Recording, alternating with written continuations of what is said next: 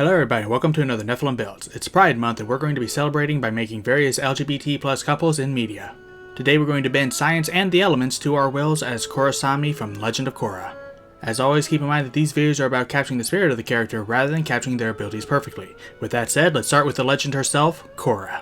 Also, if you're wondering why I'm making her before Aang, it's really quite simple. You see, I'm the Avatar! You gotta deal with it! Anyway, using point buy will make charisma 15. Love her or hate her, and most of you weirdos really seem to hate her, you will feel some sort of way about her. Next we'll make strength and dexterity 14, homegirl is fit as fuck. We'll make constitution 12, not as high as I'd like, but that's what the toughie is for. This will leave wisdom and intelligence at 8, she was definitely more invested in avatar training than book studies. She's also stubborn, hot-headed, inexperienced, and a teenager, meaning she's kinda shitty and thinks she's invincible. Her entire character arc is her learning her place in the world while getting put in her place. If you thought she was annoying and needed to be taken down a peg in the beginning, then you felt what the writers wanted you to feel. That's called good writing. And if you still felt that way by the end of the show, then you clearly stopped paying attention somewhere during season 1. Anyway, for race, we're going to take Kalishtar to get Korra and Rava. You know what I loved about book 2? It answered so many questions. Why are the elements tied to specific ethnicities? If bending is a learned power, why can some people just not do it? Why is the Avatar the only one who can bend all the elements? And unlike what people think, it retconned nothing, just recontextualized it. The power of the elements came from the lion turtles, but the art of bending still came from their mythological sources, and we only saw the beginning of the Avatar, not the beginning of the world of Avatar. They still could have done spirit bending before having it taken away and made to live on the lion turtles. But most of you probably never thought of that because you were too busy looking for excuses to hate this show because girl bad, different bad, Mary Sue, grrr. Okay, I think that's enough for now. Back to what you came for. We'll put our +2 and +1 to strength and charisma and get dual mind, mental discipline, mind link, and severed from dreams. We'll also speak common and quarry, which I honestly forgot existed when I did my multilingual build.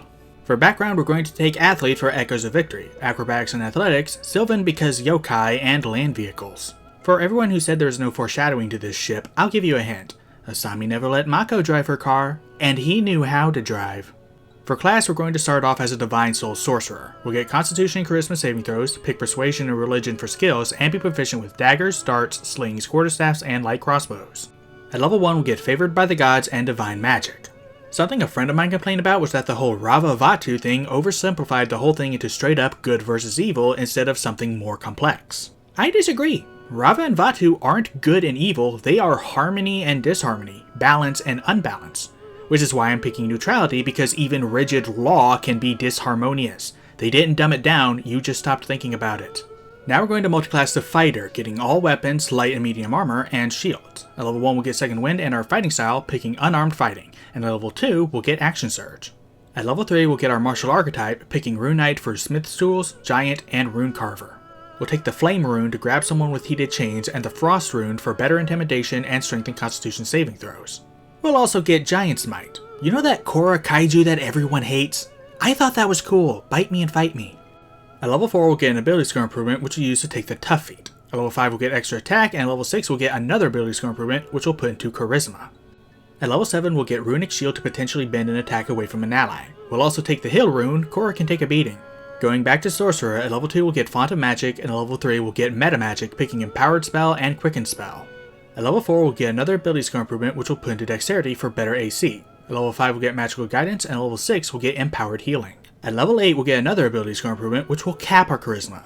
Korra is not powerful because she's a Mary Sue, she's powerful because she's the goddamn Avatar.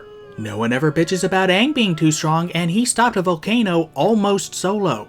Admit it, he did most of the work there. At level 10 we'll get another Meta Magic, which will be Heightened Spell, and at level 12 we'll get one last ability score improvement, which we'll put into Wisdom. She does grow as a person by the end, but still struggles with her various flaws at times. Because guess what? That's how real people work. Our bad traits and habits never truly go away for good, no matter how long it's been or how hard we work at it. There will always be that chance to slip back into your old ways. All we can do is check ourselves when that happens and do our best to do better. The show is fucking good, bite me and fight me. Anyway, our last level will be 13. Now that we're level 20, we finally have our modifiers. Now to talk spells. As a sorcerer, our spellcasting ability is Charisma, our spell save DC is 19, and our spell attack modifier is +11. As a level 13 sorcerer, we'll have 4 first level slots, 3 second, third, and fourth level slots, 2 fifth level slots, and 1 sixth and 7th level slot. We'll have 6 cantrips picking Firebolt, Ray of Frost, Shape Water, Mold Earth, Gust, and Thunderclap. We'll automatically get Protection from Evil and Good from our affinity and have 13 other spells to choose from. We'll break it up into categories. For Water, we'll take Cure Wounds for healing, Spiritual Weapon for a spammable Water Whip, and Tidal Wave. For Earth, we'll take Catapult to throw rocks, Earth Tremor, and Wall of Stone. For Fire, we'll take Burning Hands and Fireball, and for Air, we'll take Fly. Actually, that could be Fire too. She does that when she's fighting Zahir. For our Avatar exclusive abilities, we'll take Banishment to get rid of spirits, Plane Shift to go visit them, and Tasha's Otherworldly Guise for the Avatar state. Our last spell will be Enlarge Reduce for a bigger Korra Kaiju. Am I just being petty now? Yes I am, and I don't care. I've had to listen to people shit on the show for stupid, subjective, or straight up disprovable reasons for years. I'm saying my piece. Going back to the main sheet, we'll take a component patch for spellcasting. We'll also take a quarterstaff for the glider. I'd rather just punch people. Our AC is 13, our movement speed is 30, and our average HP is 156 with 7d10 and 13d6 hit dice. And with that, we are done. Of course, Korra's biggest weakness is not thinking things through, which is what you call a character flaw, which gives characters depth and is not bad writing as long as it's consistent with the character. Thankfully, every fictional girl couple has a dumb lesbian and a smart lesbian. Time to make the smart lesbian. Using Point Buy will make Intelligence 15. Asami took full custody of all of Team Korra's brain cells because everyone else was misusing them. Next we'll make Strength and Dexterity 13. For a nerd, she's still in great shape. We'll make Constitution 12 and just get the tough feat later for more HP. We'll also make Charisma 12. She snagged both of the hottest team members besides herself. Bolin is more adorkable than hot. This will leave Wisdom at 10. Her only flaw was giving Mako another chance. For race, we're going to go Variant Human, putting our +1s into Intelligence and Strength and taking the Resilient feat for Dexterity. We'll also take Stealth and Speed Common and Primordial because elements. For background, let's just admit it, the rich upper class are our version of nobles. We'll get Position of Privilege, History and Persuasion, Chess, and Sylvan because Yokai. Oh hey, twice in one video. When was the last time that happened? Moving on to class, we're going to start off with Artificer. We'll get Intelligence and Constitution saving throws, pick Arcana and Sleight of Hand, and be proficient with light and medium armor, shields, and simple weapons. We'll also be proficient with Thieves' Tools, Tinker Tools, and Painter Supplies. For giggles. At level 1 we'll get Magical Tinkering, and at level 2 we'll get our Infusions. At level 3 we'll get Right Tool for the job and our Artificer Specialist, picking Armorer. We'll get Proficiency with Heavy Armor and Smith's Tools, and get Arcane Armor for a mech suit. Honestly, both models work here. Just slap on a set of plate mail. Or use leather armor for a stealth mission, that's also viable. And if you have a problem with the technological advancement in the series, it's been 70 years. Just look at how far our technology's advanced in 30. Also, Avatar had battle tanks, massive warships, armadas of airships, and the big fuck-off drill from Ba Sing Se. I find it hard to believe that cars didn't already exist. And if it's the mech suits in particular you have a problem with, then boy do I have news for you about D&D. Hell has Mad Max machines, and there is an entire plane of existence inhabited solely by sentient constructs. Anyway, at level 4 we'll get an ability score improvement, which we'll use to take the tough feat, and at level 5 we'll get extra attack. Now we're going to multiclass the fighter, getting all weapons. At level 1 we'll get second wind in our fighting style, which will be unarmed fighting because you won't always be in the mech suit, even though you really should. At level 2 we'll get action surge, and at level 3 we'll get our martial archetype, which will be Rune Knight. I swear I'm not trolling here, I'm actually going somewhere with this. We'll speak Giant and get Giant Smite to make our mech suit bigger. We'll also give it some sick decals with Rune Carver, picking the Cloud and Frost runes. At levels 4 and 6 we'll get ability score improvements, which we'll use to cap our intelligence in one go. At level 7 we'll take the Hill rune and get Runic Shield. It's pretty vague how this works, so feel free to flavor it how you want. At level 8 we'll get another ability score improvement, which we'll put into Strength. We're not getting Monk levels, so we need this for punches. Going back to Artificer, at level 6 we'll get Tool Expertise, and at level 7 we'll get Flash of Genius. It's hard being the only smart person in the group. At level 8 we'll get another ability score improvement, which we'll put into Dexterity for out of mech AC. You know, I thought Tulak was silly for trying to make Samus and Zero Suit Samus in the same build, and now this happens.